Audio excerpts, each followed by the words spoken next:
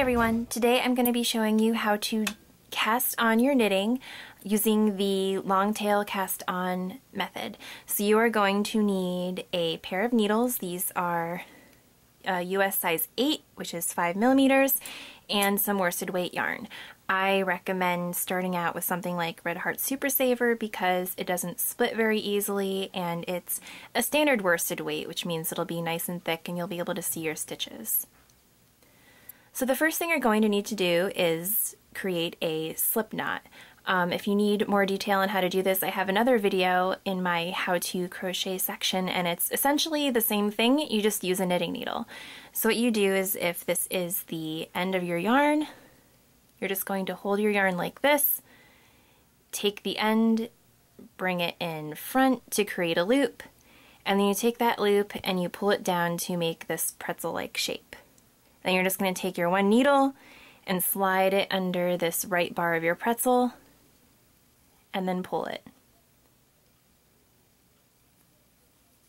Now, because this is the long tail method, obviously you're going to need to have a long tail.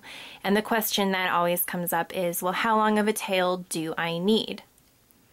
So when you first create your slip knot, leave a decent length, and then again make your slip knot like the pretzel, slip your needle under the bar and pull it tight.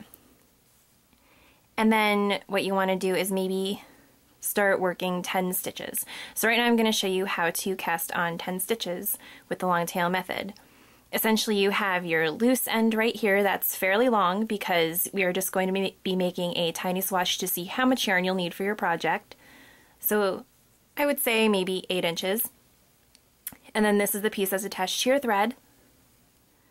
So you take the end piece and wrap it around your pointer finger like this and hold it between your ring finger and pinky. So you're going to hold it like that, and then you're going to take this other piece and wrap it around your thumb and use your middle finger to grab it around like this. So you're kind of making this V shape. So you can also approach it from this manner if you just take your two fingers, your pointer finger and your thumb, and slide it between the two pieces, and then just kind of grab both pieces and pull your needle down. You end up with this V or heart shape or what have you. So then after you have that, just pull your needle down and then you come up through this loop and down around that loop and then pull it through. So again, you have your V and you come up, down, and through. Again, up, down, and through, up, down, and through. So again, you have this yarn dangling, you have this yarn attached to your skein, you just kind of pop right in, pull your needle down, and then go up, down, and through. And we're going to do this a total of 10 times, so we have 6 stitches now, so we'll do it 4 more times. Up, down, through, up, down, through, up, down, through, and see, I didn't leave enough length there. So that's what we're going to try to avoid. So up, down, and through. So now we have our 10 stitches, and now, brace yourself, what you're going to do is you're going to pinch this end where you've come up and pull it off your needle. And then you're going to hold both ends like this and then pull it apart. So this is how much yarn you need for 10 stitches. So if your project needs 30 stitches, you're going to take this length 3 times. So you'll just measure it out on your tail, and then that should give you enough for 30 stitches.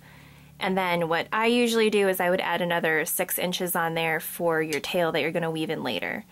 So I would say this is approximately maybe 14 inches for 10 stitches. But you know, it's going to depend on the type of yarn you're using, what type of needles you have on hand, but that's how you kind of figure out how many that you need.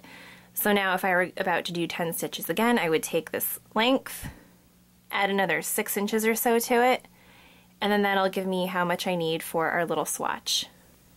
Now that I have enough yarn, and I know how much that I'm going to need, I'm just going to make my slip knot again. Create your little pretzel, stick your needle through, and pull. And now we know that we have enough yarn to make us 10 stitches. So again, here's the end of the yarn, come through, make a heart, and then just start looping your stitches on. Now there are a lot of different ways to cast on. This is my preferred method because it actually goes really quickly. Once you get going, you can just very quickly get all the stitches on there, but you can also knit on, you can purl on, there's a cable cast on method, you can crochet your stitches on, but because this is my preferred method, this is what I decided to show you first. So now we're up to 1, 2, 3, 4, 5, 6, 7, 8, 9, 10, 11, 12. We actually have 12 stitches and definitely enough for a tail. So that is how you cast on using the long tail method. If you have any questions, let me know, and look forward to future knitting videos. Have a great day!